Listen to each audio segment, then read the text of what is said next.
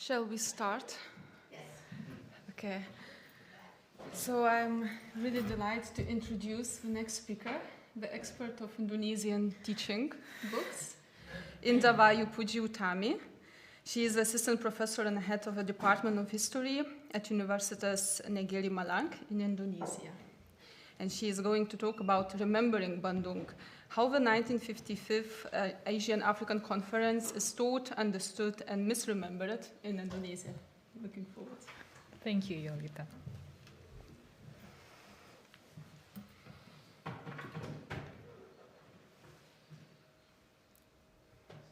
Good afternoon, everyone.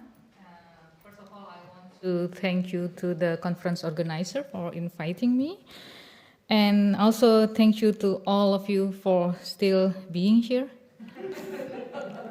It is Saturday, afternoon, almost evening. And being almost the last presenter clearly makes me anxious, as people already talk about a lot of things, including Ben also talked about this previously. So I don't know what I can say anymore, but let's just do it. So before I begin, how many of you that ever been visited Bandung? I mean the city of Bandung, of course.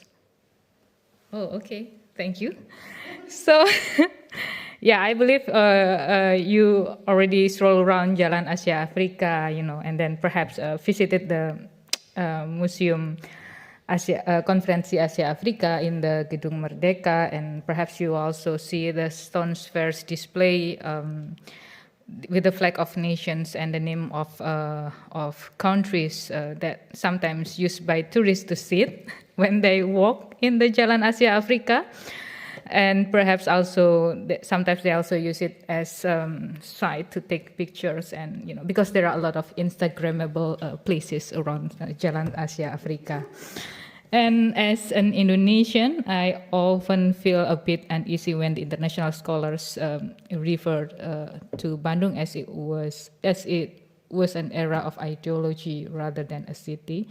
That's why for my presentation, when Ben asked me, okay, give me your title, and I was like, oh, what should I put? Should I put Bandung Conference? So I was like, just put it this way because I'm Indonesian, and the way we remember it, or at least the way we taught it, is that it is 1955 Konferensi Asia Afrika, or the 1955 Asian African Conference, but sometimes, I will just call it Bandung Conference, just any other scholars over here. And the other thing is, like many Indonesians, for me, Bandung is not just a symbol of third world solidarity. It's a real city where my friends live in, and with layers of memory that are local, sometimes colonial, post-colonial, and personal. And I say this not just as a historian, but also as someone who walked those streets with mixed feelings. In February 2025, after Ben asked me to join this conference, I went to Bandung to prepare this very talk. So I stayed quite intentionally at the Savoy Homan Hotel, the same place where the 1955 delegates stayed, even though a lot of my friends in Bandung, the local Bandungs, or we call it the warlok or warga lokal in Bandung, told me not to do so because they believe that this hotel was haunted by the spirits. And what they meant is certainly not the Bandung Spirits as we talk about here now. And my room, as I was told by the receptionist, had once been used by the Indian delegation, and across the hall was the suite that was used by Jawaharlal Nehru himself. And the reason why I did not stay in that suite because I don't have enough money to pay for the room. So one morning, I stood before the old guest book on display in front of their restaurant. There in the faded black ink were the signature of delegates who stayed there, including Nehru. It was a quiet moment, but it stayed with me, and it reminded me how easily history collapses into symbolism. and how powerful yet also dangerous that process can be, even for myself. Because if we remember too easily or too confidently, we risk remembering only part of the story. And this talk is about that tension, not just about how Bandung is taught, understood, and even misremembered by Indonesian youth. And, oh, sorry, I forgot to change the slide. Yeah, so this is the questions that I pose. So what do we remember? First of all, like how is the 1955 KAA remembered today in Indonesia, especially by the youth? What do actually know about the conference? What parts of the story do they carry? What parts have faded? And what does they shape how we see Indonesians, see ourselves as a nation in the global south? And how can we teach even that have already become very sacred and moralized, like the Bandung Conference? So to answer that, I used 3 sources: student survey, online student survey, and visits and interview with visitors of the Museum of the Asia-African Conference, and a comparative analysis of the 2013 and 2022 official history textbooks. And each of these offers a different lens of the problem. So let me walk you through what I found, starting with the students' survey. So it's about what students know and don't know about the Asian African Conference, or KAA 1955. So between February and March 2025, I conducted online survey, which is apparently not very easy to do. I sent these links to a lot of my networks, and at the end of the day, after a month, there were only 243 students that really fill in the Google Forms, ages from 15 to 24. Most of them were high schools and undergraduate students in Java, of course, but there were also responses from Sumatra, Sulawesi, Kalimantan, and even Nusa Tenggara. And the surveys included both closed and open-ended questions, asking what students remembered, how they interpreted it, what they learned, and whether they thought Bandung Conference was still relevant. Could you just translate the legends along with the diagram? Yes, I will. So, the first finding was encouraging. Most of students said that they had heard or learned about the Bandung Conference. The red one, 78.7%, said that, yeah, they learned, but just a little bit. And the blue one, 18.4%, that they learned it in more thoroughly, deeply. And then there's, of course, someone who responded that never, several people said that they never learned about that. So, but as Prof. Chatterjee mentioned yesterday, the devil is in the details. So when asked to name the countries that participate in the conference, the most common answers included, of course, Indonesia, India, Egypt, and China. But yes, these are correct and important. But then come entries like Singapore or Malaysia, which were still under colonial rule and did not present at that time. So this is not just a factual error. It also reveals how easily Bandung Spirit, Bandung Conference, and this broad symbolic ideal has taken precedence over historical precision. So when asked what the conference produced, many students said it founded or created the non-alignment movement. Some even believe that non-alignment movement was in Bandung. Others say that it marked the moment when Asia and Africa become independent, even though the large part of the Africa were still colonized in 1955. In their minds, Bandung had become an event of total liberation. If only it was like that. Well, now that's powerful, but it's also historical, because the actual Bandung Conference was filled with tensions, as we heard from other speakers in this conference. The complexities often lost in how we teach Bandung, and this shows up in how students talk about it. So still, the survey responses were not just about confusion. Many students showed emotional engagement, affection. So this is a few examples that show pride. It showed the world what Indonesia stood for. It was a turning point for Indonesia and Africa. And importantly, it was a moment when Indonesia led the world. These responses show how the national narrative is working.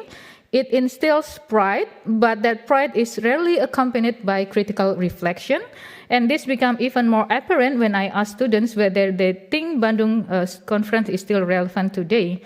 Yes, so more than 90% said yes, but they never really explain. I asked them, if you say yes, then why? Then they just say yes. And some of them, provide a fascinating connection. Of course, some link Bandung to the non-alignment and, of course, to the Palestine issue, suggesting that the principles of sovereignty and anti-imperialism still matter. And there were even students who also critique Indonesia's current foreign policy, that drifting away from the ideals of 1955. So, yeah, certainly that kind of comment didn't come from a textbooks, of course. At the same time, about 10% of students expressed skepticism. Some said that they felt it was too long ago, too far. It has nothing to do with their life. And they wrote that young people today don't really care about Bandung. What they care is about the economy and the jobs. I think we need to listen to that too, not as an apathy, but as a call to make history feel connected to the present. And yeah, okay. I also asked students about what suggestions. How do you think Bandung Conference should be taught in schools? And then these are some of their answers, that they believe that teachers should connect Bandung conferences to current issues, more contextual, and then there should be a better strategy to teach Bandung Conference, for example, like by using role-playing or debates, and the use of various media like videos, TikToks. Like your books. Yeah. I don't want to read books. Yes. Sorry. Yeah. And then, they are not refuse Bandung Conference. No, they're not saying that Bandung Conference should not be taught. They're saying teach it differently, teach it in a better way. And the last thing that struck me is that almost no student use Bandung Spirit as a lens to reflect on Indonesia's own internal tensions. For example, no one response mentioned about West Papua, even though Bandung was about self-determination. But of course, Sukarno used KAA as a way to reclaim the West Papua from the Dutch. So this silence is important. It suggests that Bandung Conference and Bandung Spirit has been framed exclusively to the foreign policy, as a moment when Indonesia looked outward. So in the students' mind, the KAA is still present in their minds, but it's simplified moral lessons. It's talk about the success of Indonesian diplomacy as a global leader and so on. So that's the survey. Now let's talk about the museum. Over here, I talk museum as a history classroom. Of course, not the traditional classroom. So this is the Museum Asia Konferensi Asia Afrika, Museum KAA. It is located in the Gedung Merdeka in Bandung. So it is the actual site of the original conference, especially the opening and the closing ceremonies. But actually the meetings, the negotiations was held in different building, not this one. The space itself is historic. There are material traces of a world-changing moment, and it is, in the words of Pierre Nora, is a site of memory. That is physical place where Bandung is remembered in Indonesia. So, yeah, so if you went there, then you can sit on that hall where the opening and closing ceremonies took place, and you can sit there and they can give you lectures about what is a Bandung Conference. But of course you don't need that because you are experts on that actually. Yeah, and then 10 young visitors were interviewed. Some were local students, others come from outside the city. A few were part of museum's volunteer youth program, and the first thing that came out was how emotionally engaging the museum was. For example, one visitor said that when I heard Sukarno's voice, I got goosebumps. So when you got there, then this record of his speech, and you can actually listen to his speech. And another student said that the building was magnificent. Yeah. So, and then another student said that, oh, I didn't realize there was already modern TV coverage in 1950s. It changed how I imagine the era. I think they believe that in 1950s, it's like, perhaps they thought that we were still in a prehistoric era or something like that. So they spoke of the preserved typewriters, old telephones, audiovisual displays, and the sense of stepping into a moment of greatness.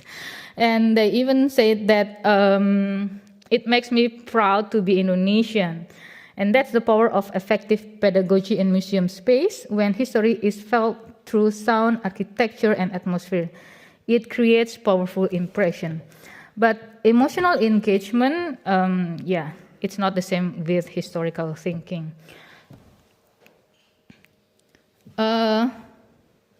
So the question, what narrative is being felt, what story is being made emotionally powerful?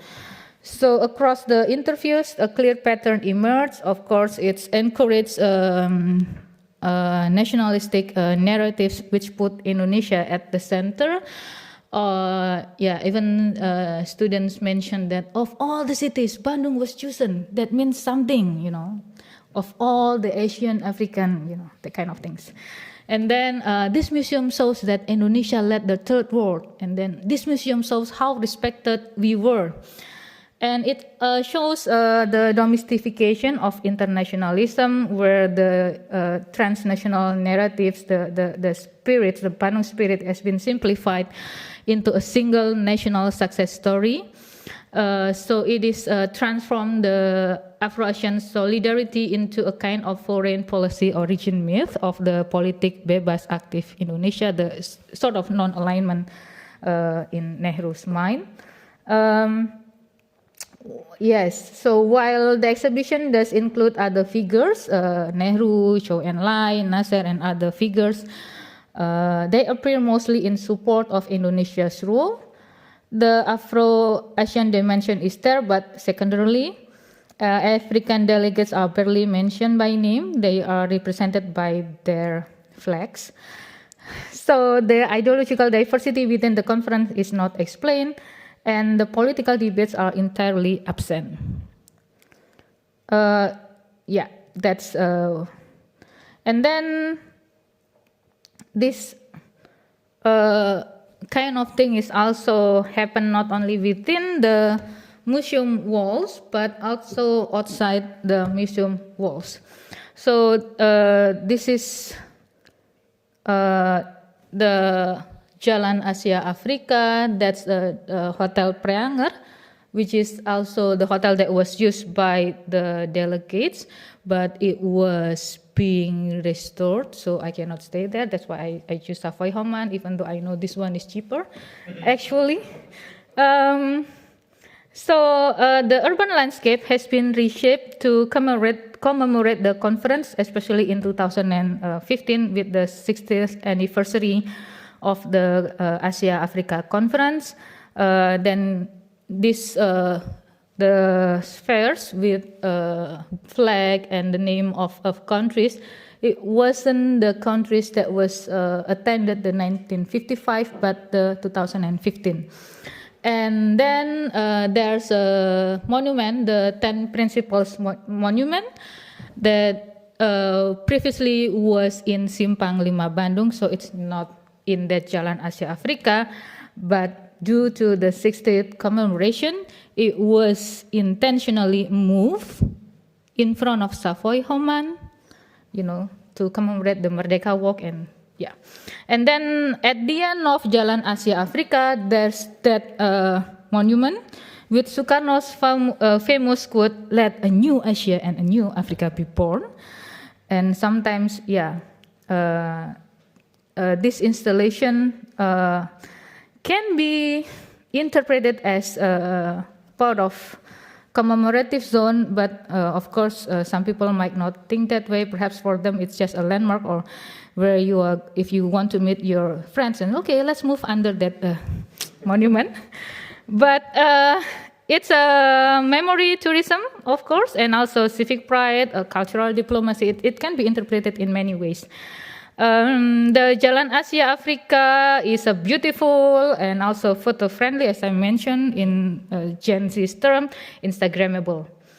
But as I walk the street, I realized something. Nowhere in this beautifully constructed memoryscape was there space for disagreement, complexity that we talk about in these conferences. And these spaces also teaches Bandung as moral unity, not historical complexity.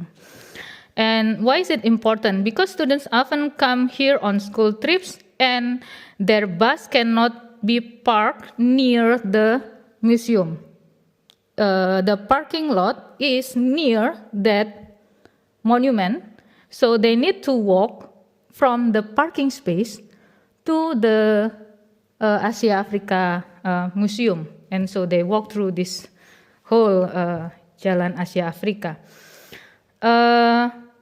And for many, this is their only direct encounter with the physical history of Bandung Conference. So what they take is not just a lesson, but also photos. And sometimes a feeling that Indonesia is like, leader of the world. And when they were asked what could be improved, some said more digital tools, like maybe host a Night at the Museum event. It's good ideas, but no one said include more African voices, no? Or asking about what happened after, or explain why the Bandung Spirits faded. No one asked about or suggested critical engagement. So the kind of that encouraged students to see Bandung as contested was missing.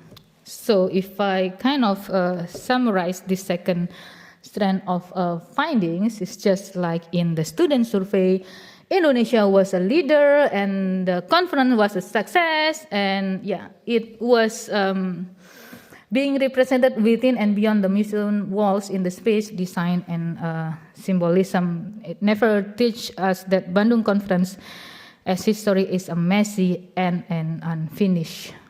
Okay, now let's turn to the history textbooks, which is often believed as, it's representation of the national script. So, textbooks by design, they are powerful tools of narrative control. They don't just convey facts, they define what is knowable, what is teachable, who and what gets remembered, and in which way. So for this study, I analyzed 2 key textbooks because the students are in their 50 and 24, so they either being taught in the curriculum of 2013 and the curriculum of 22, which is called Curriculum Merdeka, or the Curriculum of Freedom. Very loaded word, of course, and both of these are nationally distributed, ministry-approved books, and it's available in the PDF, and the newest one is also available in the audio books. It's free, and if publishers want to print, they can sell it, but in a capped price. But it's very, very cheap. It's like €1 or €2 for one book. Very cheap. So let's start with the 2013 textbooks. So in this version, the KAA was discussed in 8 pages and opens with a map, but misleading one. So the maps over there it's said that it was the countries that were participated in KAA. You know, like you can see all the Africa. Yeah. It's not that. But also it leaves China out, doesn't it? Yeah, that's very misleading ones. It gives the impression that Asia's African nation were participated. Here we finally find the source of confusion among students founded in the survey about participating countries of KAA. And in these textbooks, Bandung is introduced under the chapter on Indonesia's role in international relations. The tone is unapologetically celebratory. The conference is described as a proud moment when Indonesia stepped into the world stage as moral leader in the fight against colonialism and imperialism. And Sukarno, it's not represented in the text, but also in the pictures, as you can see here. And it also quote Ali Sastroami Joyo opening speech. And there is emphasis on the number of participants, the locations. It's very narrative way, in a very narrative way, and also the 10 principles that was treated as a sacred text, almost biblical. It also mentioned that Bandung gave birth the idea of the Third War or the non-aligned stance in relation to the First War of Washington and the Second War of Moscow. It ignited the spirit of independence and so on. So there's another, of course, issue. It's linear and disrupted. It's in a very national mythology of what happened in the KAA, and there's no question or prompt for the students to discuss for example, like what is the impact of the conference and why did it matter. It's very narrative, so one way of talking about this conference. Okay, now let's turn to the newest edition. Susan, this is the map that I talk about, which is part of the newer curriculum Merdeka. So it marked a slight improvement with historical contextualization. For instance, it introduced the Cold War map from 1953. So it's like, okay, this is the member of NATO, the Western Allies, the colony of the Western countries, and the Uni-Soviets and its satellites, the allies of Uni-Soviets, and the neutral countries. Yeah, we can still debate about the accuracy of these maps, of course. And then there's this text. It's mentioned about Bandung Spirits, and it also mentioned that the spirit later inspired a range of other events, such as the Asian African Student Conference, the Asian African Writers Conference, the Asian African Women's Conference, and many others. And it also corrects the misconception of KAA and the non-aligned movement that was in a way misrepresented in the previous textbook. But the conference is still presented positively. Yeah, of course, the narrative has a bit changed. But of course, just like the previous book, it's all about Indonesia's success. It's about harmony, promote unity and consensus in the context of diverse and often Indonesia's own divided archipelago with different cultures and tension. And so it is a scene of international harmony with Indonesia as a leader. And why not otherwise? Because in Indonesia, as many history educators still believe that historical complexity is too risky too difficult, too dangerous, and too unpatriotic. So to sum up, okay, this is the third strand of the findings. So Ka is treated as a frozen icon. It is a monumental event, and that's it. No complexity in the narrative, as we learned from other speakers in this conference earlier. Nevertheless, we also see an attempt to shift from moral celebration to historical contextualization. And that's what brings me to what is the broader implication of all these things. So in Indonesia, as we see, Ka is actually still remembered, but often in simplified and nationalistic terms. And it omits sort of all those complexities, ideological tensions, or the absence of many African countries. And as we see that in the national curriculum that is represented in the textbooks, that it follows selective tradition. It selects and organizing past events in ways that it affirm identity, and Indonesian pride, create cohesion.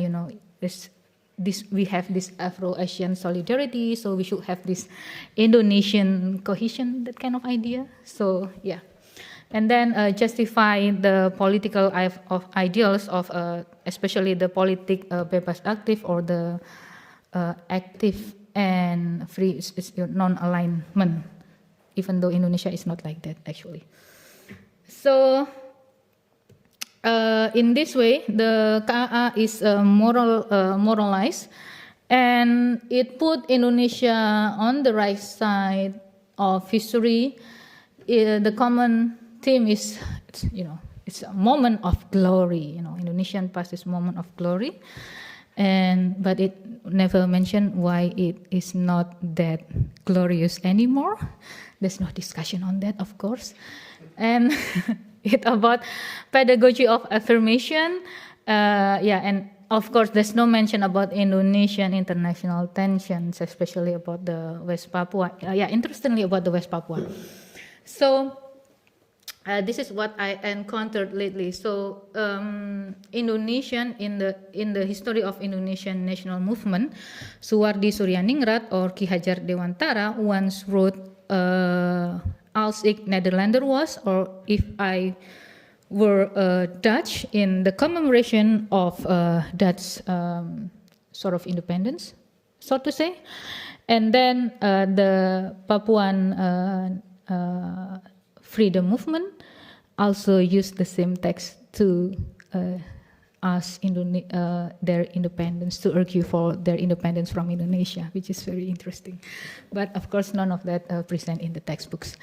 And then, we can also see that actually students also want more, they want this event to be taught in a better way. They want more historical context, of course, multimedia learning. They don't want to read textbooks. Even we try our best to provide better textbooks with QR code linked to other sources, archives, and so on. And even the 2022 curriculum also provide QR code that would bring, the idea is that this QR code would bring students to the site of the Museum KA, which they provide digital museum. I believe it was produced during the COVID, but now the link is broken. It cannot be accessed because there's this rebranding of the museum. It was previously it was called the Asian African Museum, and now it's rebranded with in Bahasa Indonesia to be just Museum KA. So even the name of the link, if the name of the link changed, then you cannot access that anymore, unfortunately. And students want better strategy and engagement in history learning, of course. And so what is can be proposed here? Bandung as a method, meaning that we teach this conference as a way for teach students about historical thinking. So of course, there's a need to move from memorizing into inquiry, which actually in Indonesian context bring us back to the 1950s to the debates between Sujat Moko and Muhammad Yamin, in which Sujat Moko advocates more sober historical writing, that is, don't mess up historical inquiry with ultra-nationalism agenda, but Yamin advocate for more nationalistic historiography, and then of course Yamin won because it was 1950s. Indonesia just, have this agreement with the Netherlands over independence, and of course not all of the people back then believed that they were part of Indonesia. Some of them still want to be part of, for example, like Republik Maluku Selatan, or the South Moluccans Republic, and other, for example, like Negara Indonesia Timur, East Indonesian state, and a lot of tensions. And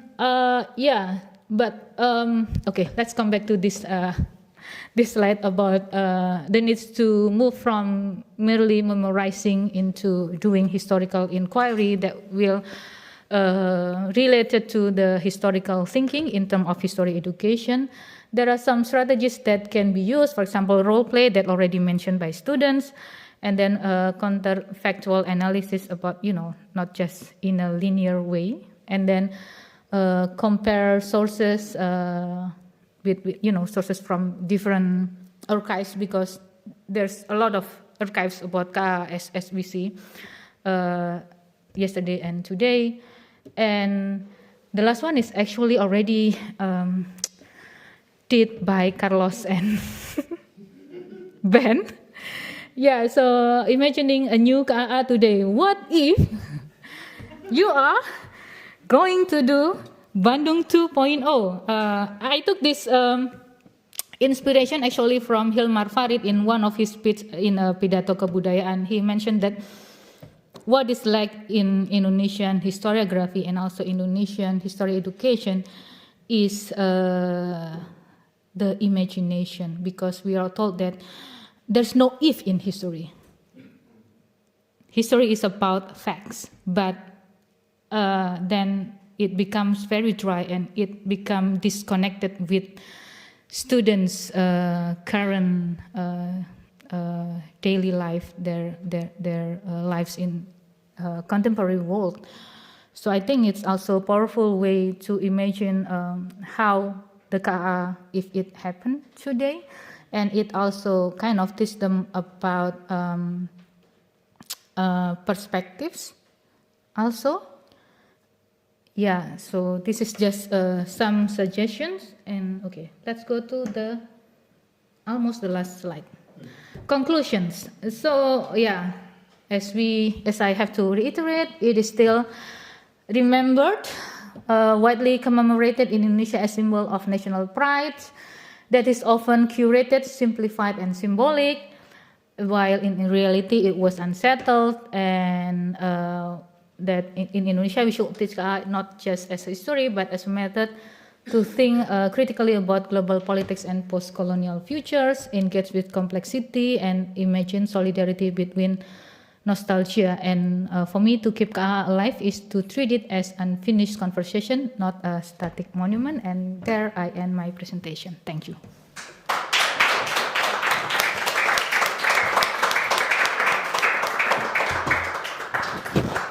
Oh, wow. Thank you very much for your presentation. So the floor is yours, and then I guess Susan was the first one with a question. So thank you, Indah. I think it was helpful both to the people who know a lot about Bandung, but also to those of us who don't. And I just wanted to ask a couple of questions that will maybe seem simplified to the Bandung experts among us. So first of all, did the concept third world emerge there? And what was the discussion over the concept of third world? Who came from South Africa? I mean, the ANC? There wasn't an ANC yet, I think, in 55. Was there? Okay. But how, that would interest me. What was the justification for leaving out all of Latin America?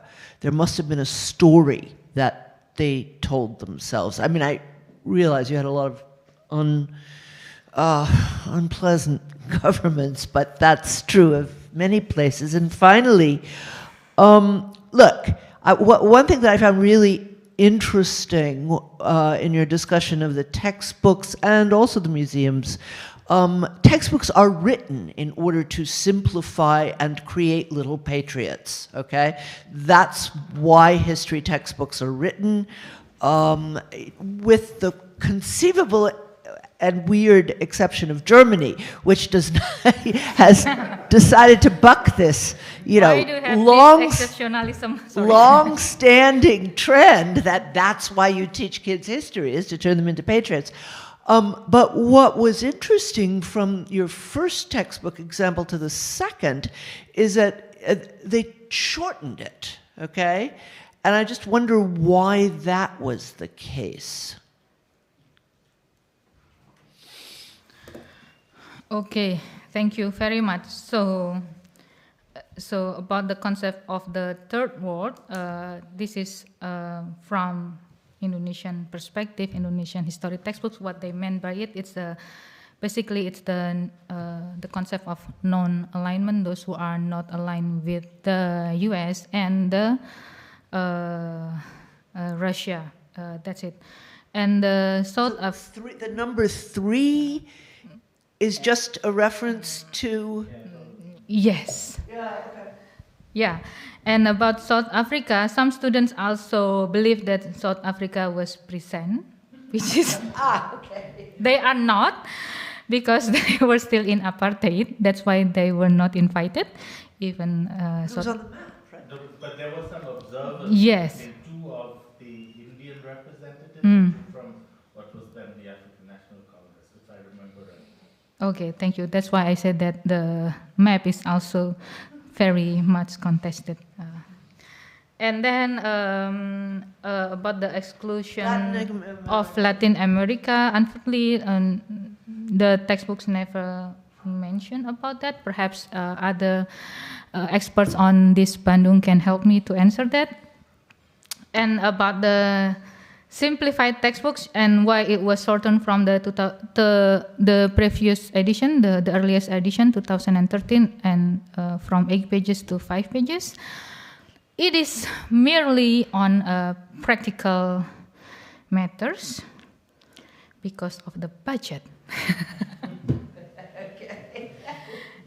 So, yeah, I know this behind what happened behind the curtain. It was so messy, the textbooks writing in Indonesia, basically. So the textbooks writers, illustrators, editors, they were paid by the number of pages, and the government only have limited budget, so they have to, in a way, manage to, what I know is the limit for the 2022 textbook, it should be only 200 pages, and beyond that, they cannot pay for it, and the 2022 edition was 256. So the 56 pages is actually sort of free. the editor, the illustrator, the writers didn't get paid for the extra 56 pages. So I mean, this is also in many of textbook studies, they don't really study about what happened behind the curtain. They tend to focus on the ideological the tensions and all of that, because I think it's sexual for the journal publication, of course, but they don't really talk about the economic factors behind this textbooks production and how messy it is. For example, and there's always someone AWOL when writing history textbooks in Indonesia. So for the 2013 edition, because I did a lot of research on history textbooks, and I myself also wrote history textbooks. So for the 2013 edition, you have big names like professors from big Indonesian university, especially they are from Universitas Indonesia, very big names. But they actually don't really have that much time to write. So I asked the team what happened, and they said oh yeah, they submitted this draft, but the team from Center of Textbooks, they kind of suspect that it was not the professors who really write the textbook, but their students, but they don't want to accuse them. Of course, and then when I interviewed the editor, she disclosed to me her frustration. Her frustration become the editors, because when these textbooks went into review, right? Experts on historical content, the historians, experts on history educators, and then to the teachers. So after this review come back, the idea is for the writers to revise the draft, but again, they are big names and they don't really have time, so it was the editor that have to work on this kind of things, and she's not an expert on this actually. I mean, not in the content-wise or the history pedagogical wise, she's, general editor, and that frustrates her. And for the 2022 edition, I was involved, but in the later stage, because one of the textbooks writer went AWOL for another bigger government project, which paid much more than textbooks writing. So, at first the deal, at that time I was in my final year of PhD, so my deal with them is that I will write the student activities and assessment. Yeah, because I'm from history education, and the content will be written by historians. And yeah, one of them went AWOL for bigger project, as I mentioned. So this staff from Center of Textbooks, she's a new staff. She just joined the Center of Curriculum and the Center of Textbooks, and that was her first project. She was in her early 20s, so she called me and crying, and can you help to write the content? I was like, I cannot promise you that I can meet your expectation, but let me try to do it. And at that time, I didn't wrote this part. I wrote the Revolusi chapter, because that's what my thesis is about. So yeah, it's easy for me to write that. And this one is written by another. This chapter is written by another historian that is still there. Yeah. So yeah, that's messy. I mean, what happened behind the curtain, and then the deadline is sometimes kind of like Mission Impossible. So I have to put, not me, but also the other textbooks writer have to put all-nighters to just complete this textbooks, and face a lot of criticism, especially not related to this part. This is not perceived as contentious narratives in Indonesia, because it's always about pride, as I mentioned, but about 65. Yeah, so it has to be, so at that time, what is the language?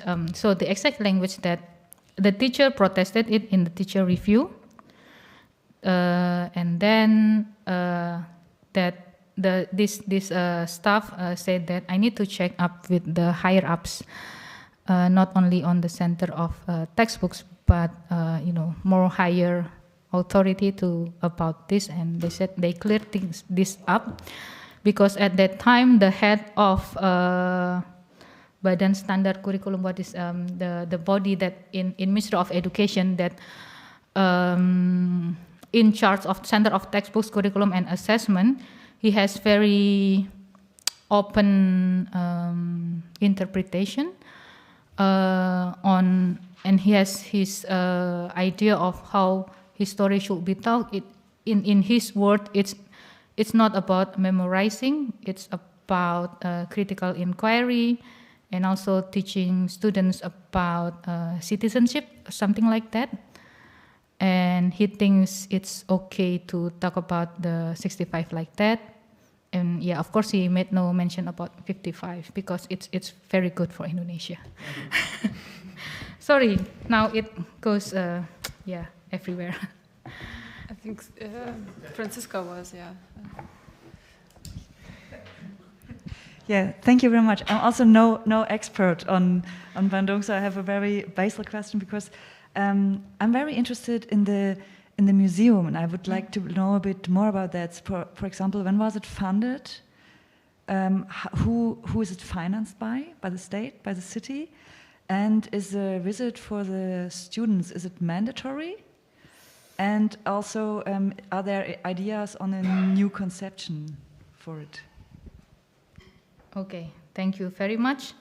So there are a lot of museums in Indonesia. Most of them are under the Ministry of Education, and now it's under the Ministry of Culture.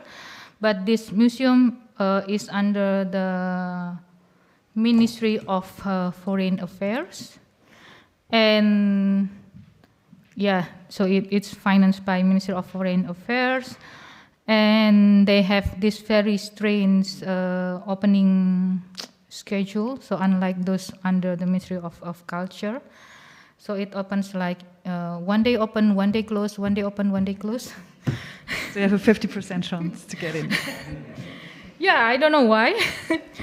And if is the visit mandatory? No, it is not mandatory. But a lot of students, especially near Bandung in West Java, made that visit because it's not so far from them. And is there new conceptions? Well, I think as for now, at least when I visited this museum in February, it's still about the celebration of Bandung. But now it has more like audiovisual materials and all that. But yeah, I mean the grand narrative is pretty much the same. Yeah. Thank you. It's just the title is back to original Indonesian title. Yeah, except the title of the museum is now Museum KAA. I mean the title of the website. Yeah. Except that. Yeah, thank you. I visited the Bandung Museum last year, and I visited it 3 days after I visited the Shakti Pancasila in Jakarta, and which is basically the site of the occurrence of the coup, the killing of generals, the killing of the generals, and where like the communists are actually scapegoated for everything that went wrong in Indonesia between 45 and 65. And scapegoating, I think it's not said too much that it gives you an idea of how the Nazis would have showed the history of the Jews if they had won the war. And so after I saw that, and the museum in Bandung, which is reduced, but only the facts that they were non-aligned, that they talked to the communist leaders, and they did not side up with the Americans. Just all these facts, they lifted me up, yeah, and they said that cannot be taken away. The ability and the preparedness of the Indonesian government to distort history completely, yeah, is very high, but they cannot take Bandung away. And what you maybe should stress more is Bandung, and the declaration of Bandung is like a global Pancasila. That is how it's made, also how it's explained to the Indonesian kids. Yes. Yeah, and so that it makes it so easy, like unity in diversity in unity. Yeah. On a global level, that they and that was also the intention of Sukarno, which you also feel like they rather wished Sukarno was not this towering figure, like they buried him in Blinta, yeah, somewhere where nobody is going to visit. Yeah. So I'm really interested also how the future is going. And one more, also when I look at it from the perspective of an Indonesian kid, I have two half Indonesian sons, and there's already a lot of complexity to deal with, only to integrate Sakti Pancasila with Bandung. That's already difficult.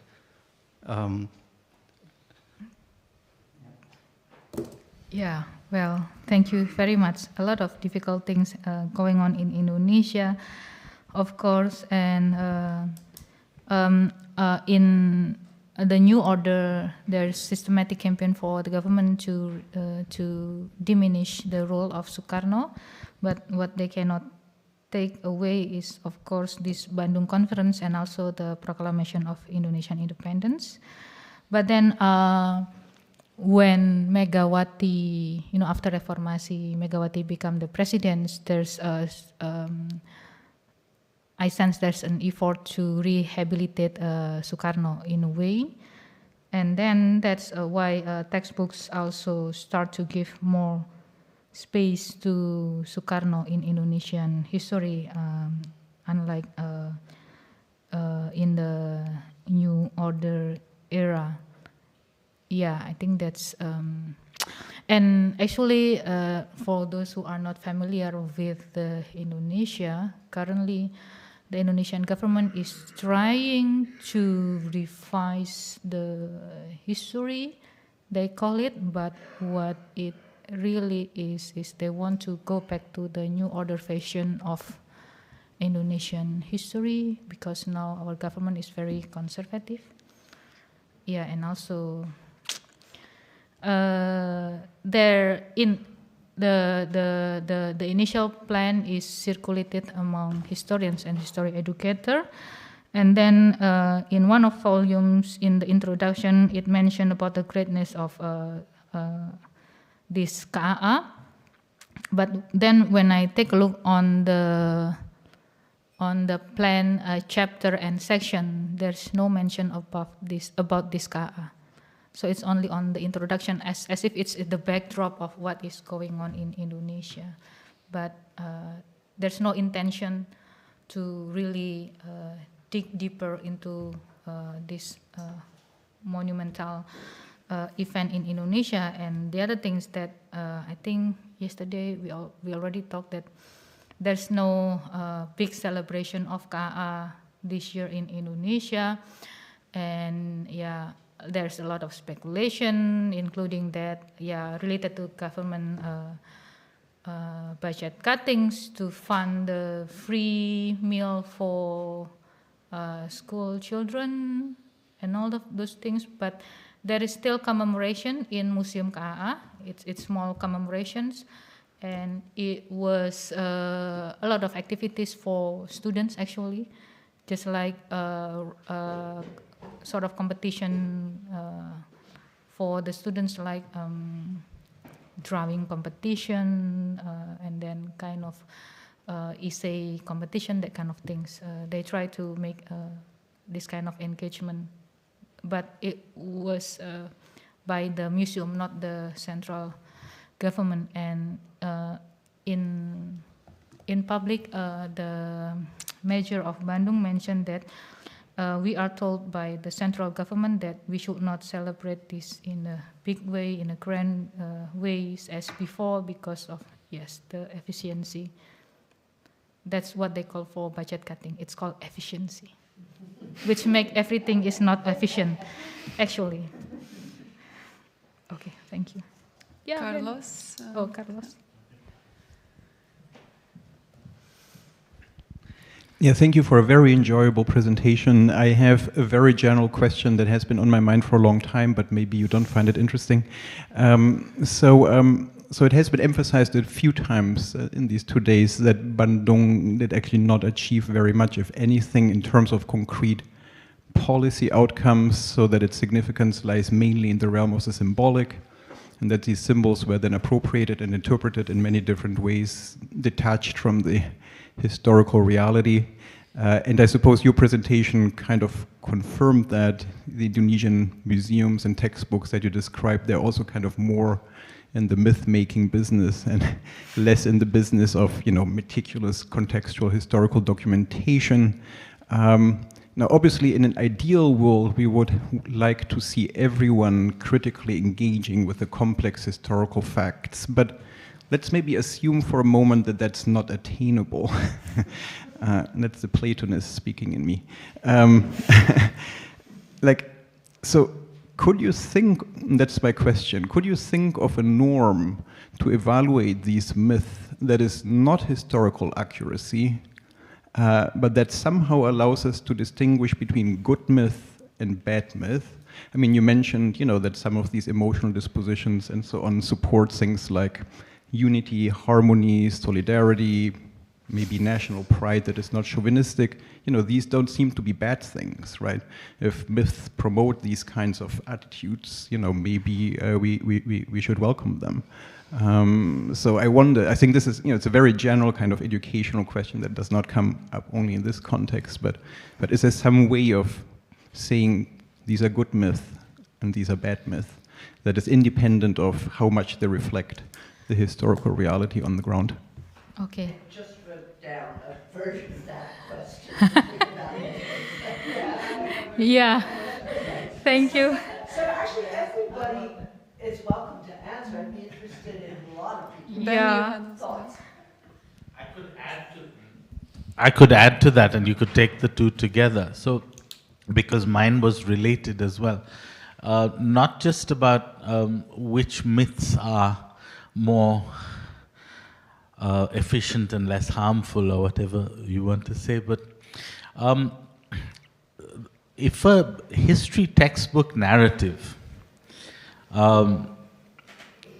has a message, then is a history textbook somehow not really history?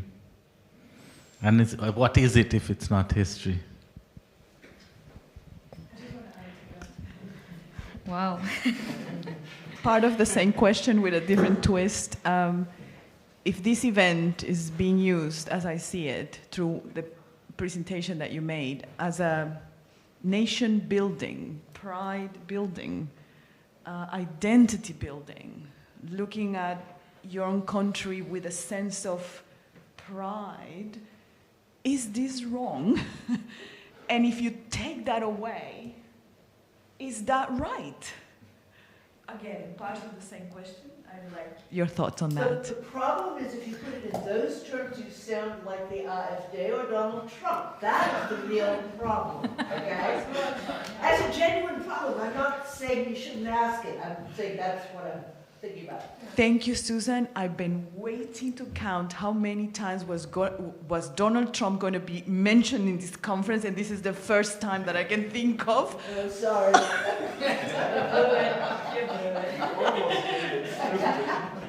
Again, if those children walk out of there, of that museum, with a sense of pride, as misguided as the event or as mystified the event has been, what do you substitute that for to create that sense of pride? And is that wrong? I don't know. Is that right? I think it depends, right? Okay, so since I had another version of the same question, I'll just add mine to it. I wasn't going to, but here we go. So I was looking at specifically what the pride was taken in and the values that it was stood for, made to stand for. International solidarity, not sort of blindly taking sides and allying yourself to local strongman. Those kind of sound like good things. You know, here's who we are. We're the people who don't ally ourselves to the local strongman. Here's who we are. We're people who, as Indonesians, believe in international solidarity, particularly of the oppressed. There are worse myths. Yes, yeah, Carlos actually asked me that problem yesterday, I think, during the wine reception about the good myth and the bad myth, and I will refer back to you. It really depends on which point of views and also who say that, in which era, because, yeah, it might be a good myth, but it also make the student miss the opportunity to not only, the danger is that if students only take it for granted, which is still happening in many parts of Indonesia, because for many years history is taught in a way as to memorize things, to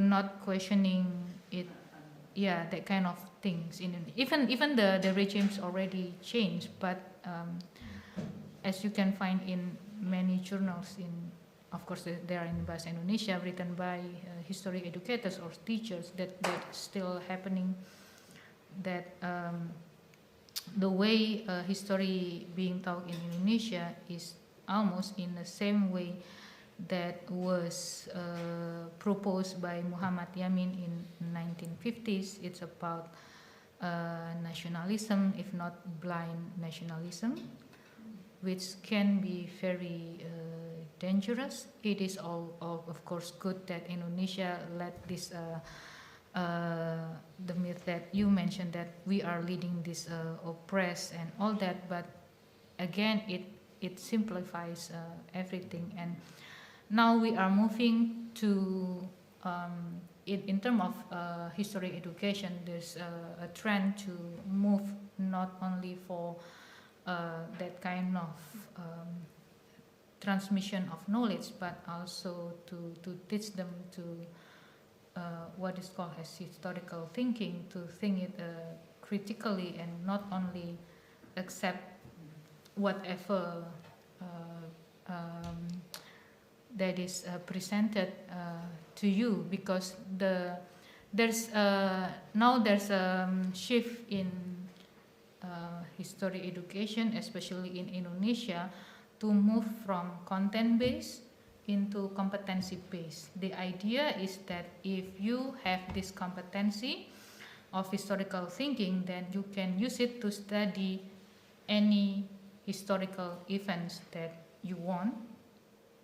So there's a shift from just rote learning, memorizing, into a more in a competency-based, in a skill, and to try to make it contextual, within the discourse of the 21st century learning, critical thinking, and all that, to make history accessible and contextual to the students. And of course, in what expense? In the expense of the content.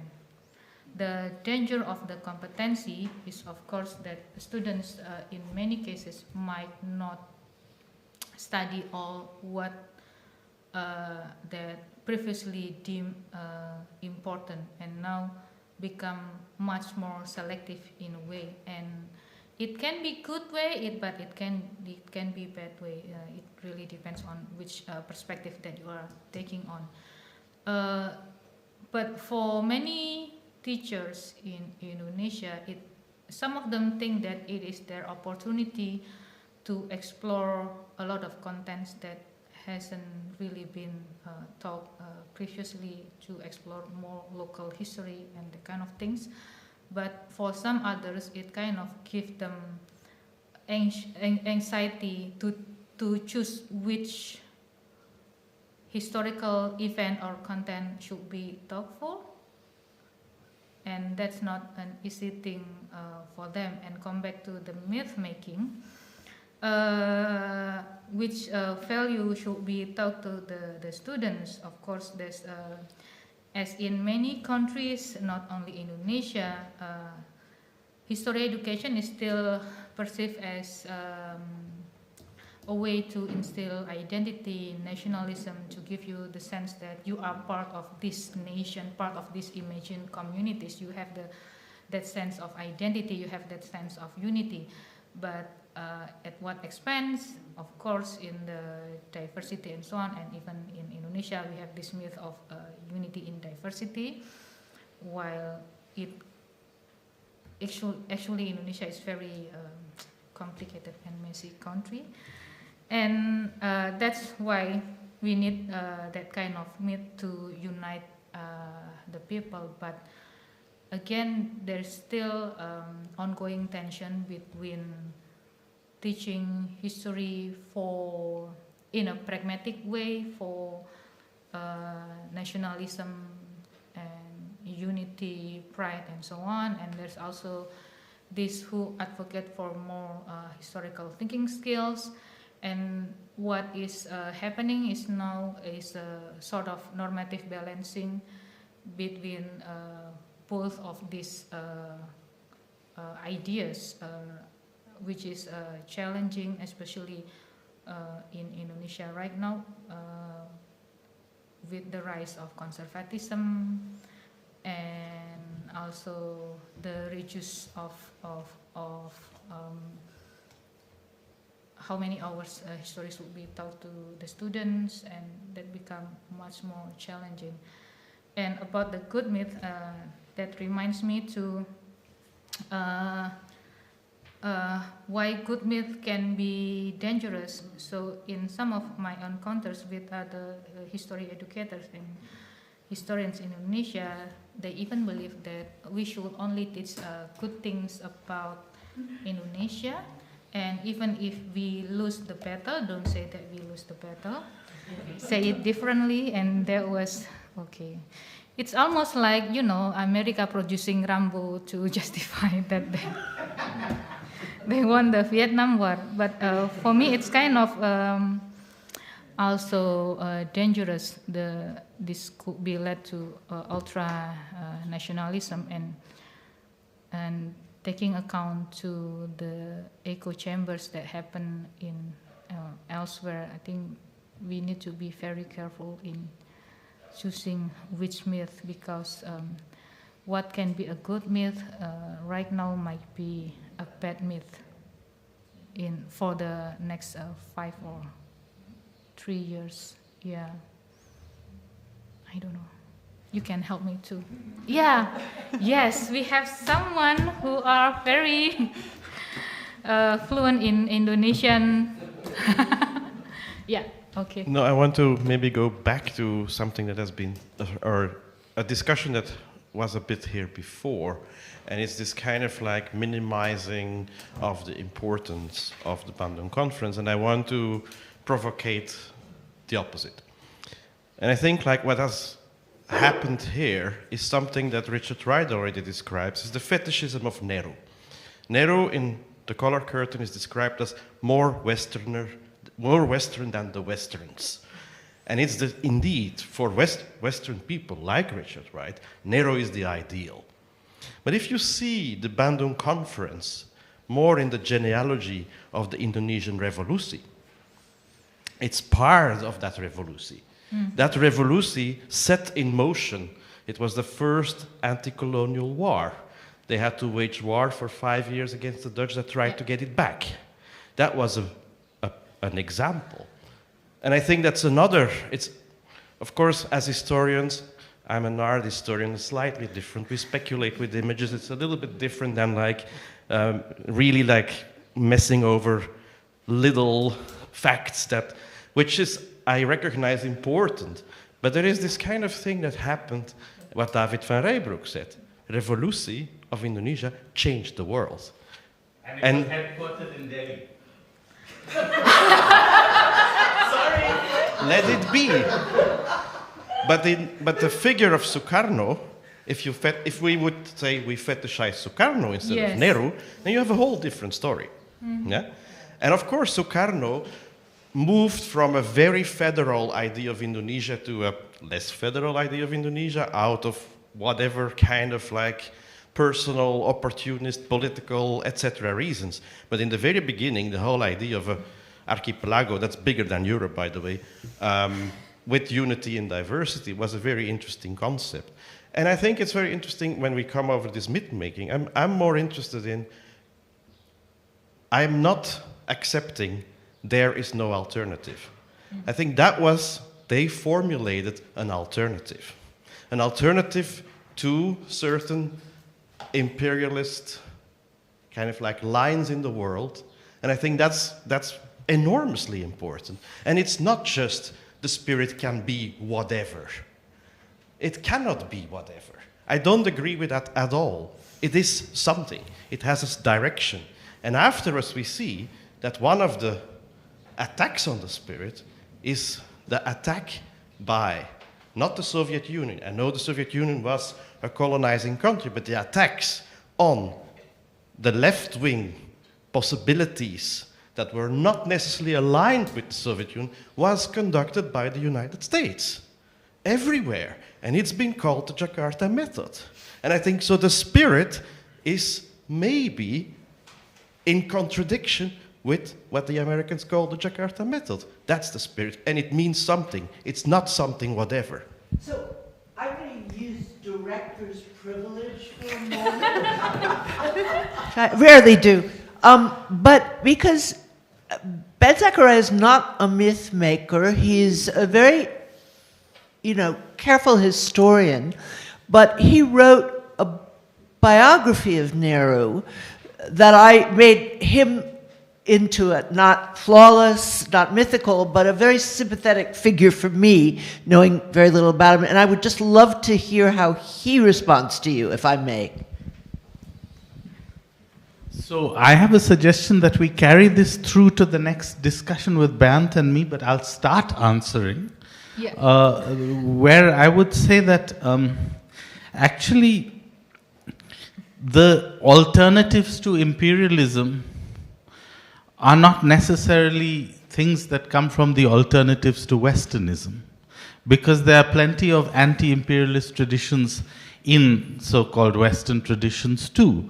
So I think that the problem, if you like, of this particular myth of the Bandung spirit and of this being somehow an escape from Western power politics is that A, it isn't, and B, what it does is it takes away differentiated ideas of different layers of problem and it replaces it with something which is the color curtain or something to do with an identitarian or a closed form of responding.